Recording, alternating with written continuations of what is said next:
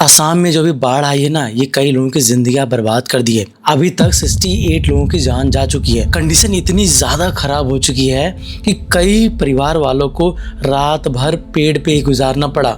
एक ऐसा परिवार जो 12 घंटे तक अपने बच्चे माँ के साथ पूरी रात भर पेड़ पे गुजारे हैं। हमें ये समझना पड़ेगा कि इस फ्लड का जो रीजन है वो क्या है। इन सारी चीजों में हमें क्लाइमेट चेंज, जियोग्राफिकल और ह्यूमन का इन्वॉल्वमेंट दिखता है और ये सारी चीजें मिला के खतरनाक कॉम्बिनेशन बनाती हैं। और इस साल की बाढ़ इसलिए सबसे ज्यादा गंभीर बनी है असम में, क्योंकि ये उन इलाकों में सबसे ज्यादा प्रभावित किया है जो इलाका सबसे ज्यादा सुरक्षित माना जाता है, स्पेशली बाढ़ के मामले में। देखो, इसके 4 फैक्टर है इस बाढ़ के आने का।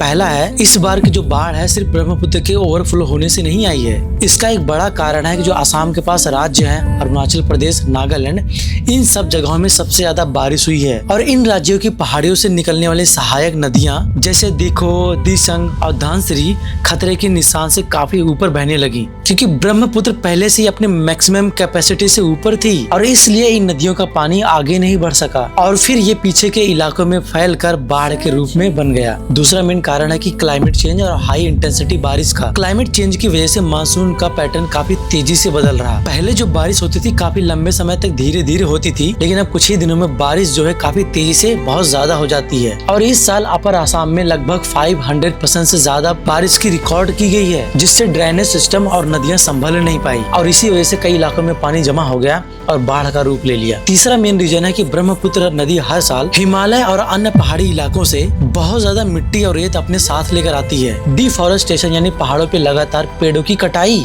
और इस समस्या को और ज्यादा बढ़ा देती है और इस मिट्टी की नदी के तल में जमा होने से रिवर बेड उल्टा हो गया है और नदी की पानी की संभालने की कैपेसिटी काफी कम हो गई है। नतीजा ये होता है कि थोड़ा सा भी एक्स्ट्रा पानी आते ही नदी अपने किनारे को तोड़कर आसपास के इलाकों में फैलने लगती है। चौथा मेन रीजन वो हम है, यानी ह्यूमन इन्वॉल्वमेंट का। इंसानों यानी हमारी गतिविधियों के कारण आज असम को इस कंडीशन में ढकेल दिया। स्टेट में बने अधिकतर तटबंध काफी पुराने हो चुके हैं और कई जगह पे उनकी जो मजबूती है काफी कम हो गई है और इस बार भी कई तटबंध टूट गए हैं, जिससे पानी अचानक गांव और खेतों में घुस गया। इसके अलावा वेटलैंड और दलदली इलाके जो पहले स्पॉन्ज की तरह एक्स्ट्रा पानी अपने अंदर सोख लेते थे, उन पर कब्जा करके कंस्ट्रक्शन कर दिए गए। असम और नागालैंड के बॉर्डर पे हो रही इलीगल सैंड और स्टोन माइनिंग की वजह से नदियों के किनारे जो है कमजोर हो गए हैं और असम इस समय बहुत ज्यादा बुरी कंडीशन में है। अब खाना उनको पहचाने के नाम पे उन्हें पानी की बोतल और बिस्किट पहुंचा दिया जा रहा है। और सबसे डरावना एक्सीडेंट ये है कि एक माँ अपने बच्चों के साथ 12 घंटों तक पेड़ पे रही है